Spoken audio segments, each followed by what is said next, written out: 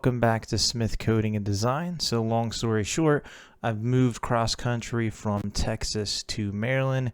In that time, I've sold my Tormach X7 because I didn't want to pay to transport cross country. And so now I purchased a SYIL X7, and what we're witnessing here is the delivery day. So with a machine this heavy and this expensive, I didn't want to try to rent a forklift and move it myself. So I used Ace Machinery Services here in Maryland. They are excellent.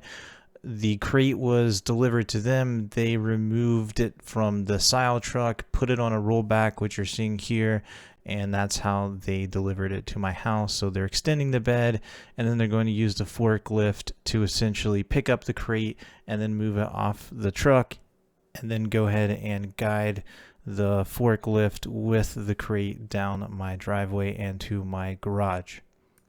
My driveway is lengthy, so I won't show all of this. It also took them a while because the forklift driver couldn't see around the crate, so the other two riggers guided him down the driveway. So what we'll do now is we'll go ahead and jump ahead to the unboxing of the machine. So the machine came on a nice steel pallet. It's bolted in with 3 studs that run through the leveling feet on the bottom.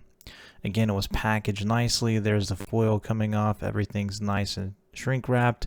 The riggers were impressed with the quality of the machine, so you can sort of see them walking around, taking a look at it, and pointing at, different components here and there.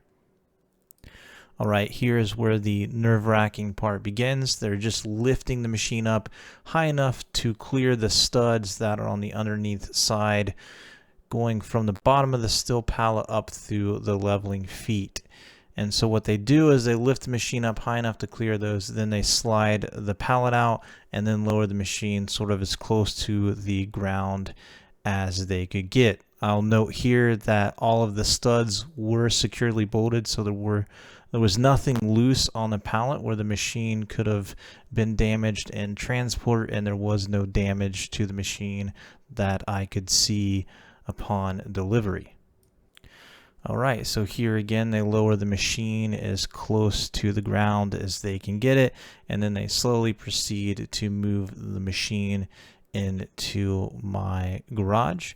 So everything went smooth here. This is the part where you do cross your fingers and you hope like hell your machine doesn't end up on its side there on the pavement.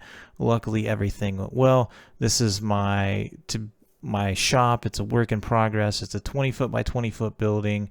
I'm waiting for the electricians to install a 100 amp sub panel. Then I'll go ahead and do the insulation on the walls and then finish with some drywall.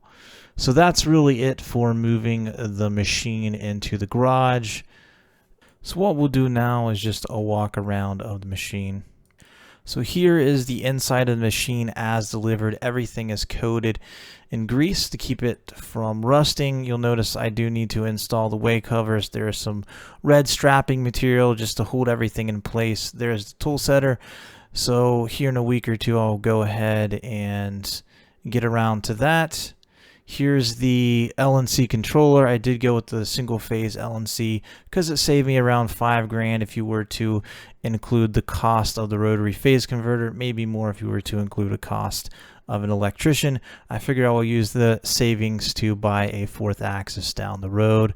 There's the coolant pump, the automatic oiler, and everything you need to hook air up. It looks like they do powder coat the piece of metal they attach to the back to help lifting with a forklift, so that's kind of nice. Sorry for the shaky video. Again, just excited and using my cell phone here. You can see there's the beastly epoxy granite casting. You've seen this before, but it is a beastly machine. Again, everything was nice and clean, no damage from receiving the machine. And my first initial impressions are excellent quality. We'll see, how it is down the road after the honeymoon phase. So what I plan to do now is sort of some videos where I walk through how to use the LNC controller. One, I want to document my learning curve going from Path Pilot to the LNC controller, and I figure it will also help some of you guys who are in the same position as me, transitioning from a Tormach into sort of a more conventional vertical machining center. So I hope that helps.